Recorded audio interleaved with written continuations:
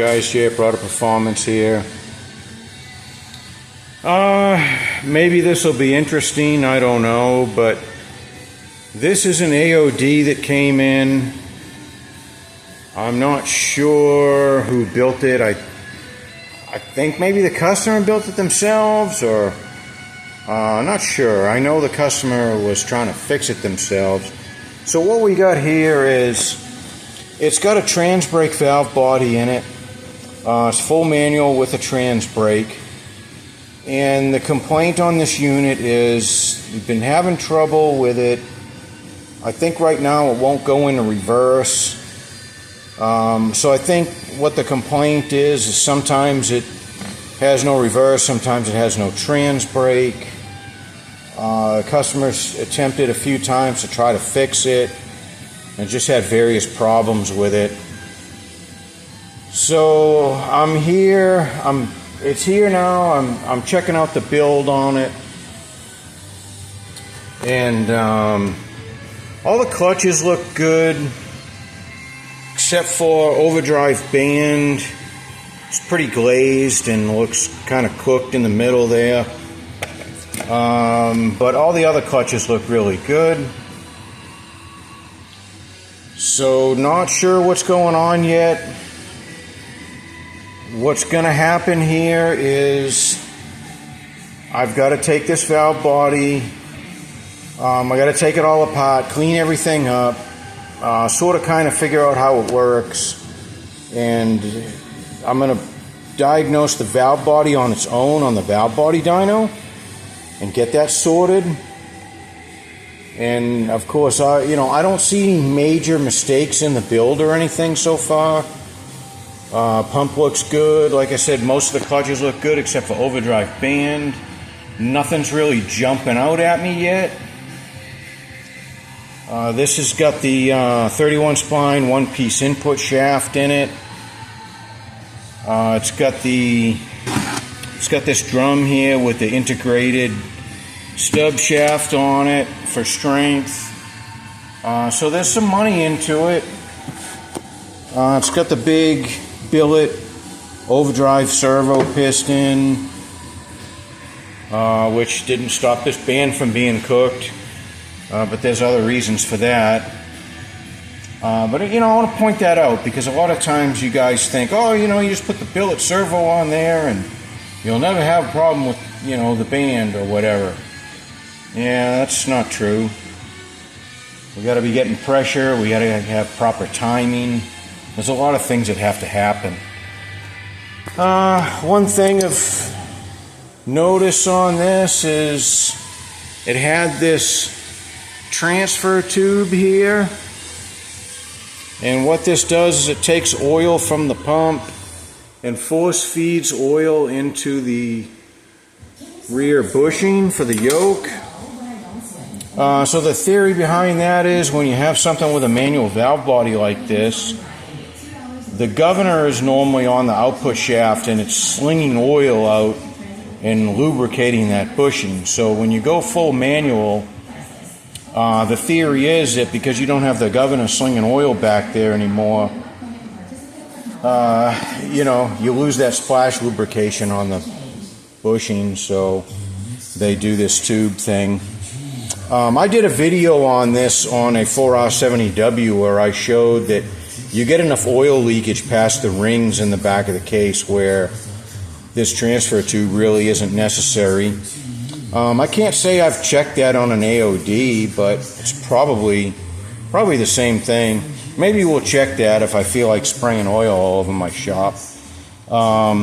This did have the governor on it, but by looking at this valve body here, the governor no longer receiving oil, so the governor is not doing anything anymore. It was just on there and probably doesn't really need to be anymore. So like I said, nothing obvious and glaring out at me yet, but things become more noticeable during the assembly process than just a quick tear down. One thing, I did a video on this where when you press these shafts into these drums, sometimes the shafts go crooked. So let's check that. let me get to the lathe and let's check that out, see if that looks okay. We'll double check that. Give me 1 second to get over there. Okay guys, I got it checked up in the lathe here. Let's give it a spin, see how it looks. Well, it's a little wobbly. It's not the worst I've seen though, but I think we should try to fix it. The problem with fixing it is usually, you know, if I press this out and try to press it back in, it may just keep trying to follow the spines, you know, because the shaft kind of presses in there crooked and angles the splines inside the drum, so I might not be able to get it. It might be better just to replace this drum. And the reason this is important, it doesn't bother me so much that it wobbles a little bit, but you've got your bearing surface here, and then of course you've got your bearing surface on your other side here. And if this drum, that drum sits crooked now inside the transmission, so the bearings don't really sit flat anymore, and you know, it could potentially cause it a problem if it's bad enough. This one's not terrible, but it's not great. They're never perfect, but we can definitely do better than this. So I'll probably just end up replacing this drum, because like I said, the spines are going to end up becoming crooked when I go to try to redo this, and I don't know if I'll be able to get it. I'll give it a shot though. We'll see. Maybe I'll get lucky. But alright guys, so next step on this unit, I'm going to get the valve body cleaned up and on the valve body dyno, and I'm going to try to troubleshoot what's going on, why it won't go into reverse, and make sure Transbrake works, make sure everything works really, and check pressures. And customer also said that the pressure wasn't, the pressure on this unit was really low as well, I believe he said. And so, you know, the customer is not a transmission builder, but he's a mechanic, seems like an intelligent guy, and had, you know, some clues to what he's doing. So I'm trying to listen to everything he said, and I'm going to address everything. But so I'm going to go through the valve body, get that troubleshooted on the dyno, then I'll get the transmission built back up, and then I'll put the whole thing on the valve body dyno, test again, and hopefully it'll be good to go. We'll find out what's going on with that valve body. And give me 1 second, I'm going to get back to that valve body for a second. So I don't know who makes this one. I probably wouldn't say anyways, because I don't want to make it seem like I'm trying to badmouth somebody. But I don't know if anybody recognizes this. I think there's only about, to my knowledge, 3 or 4 guys that make a Transbrake for an AOD like this. I don't know which one it is. I would probably eliminate 2 of the 4.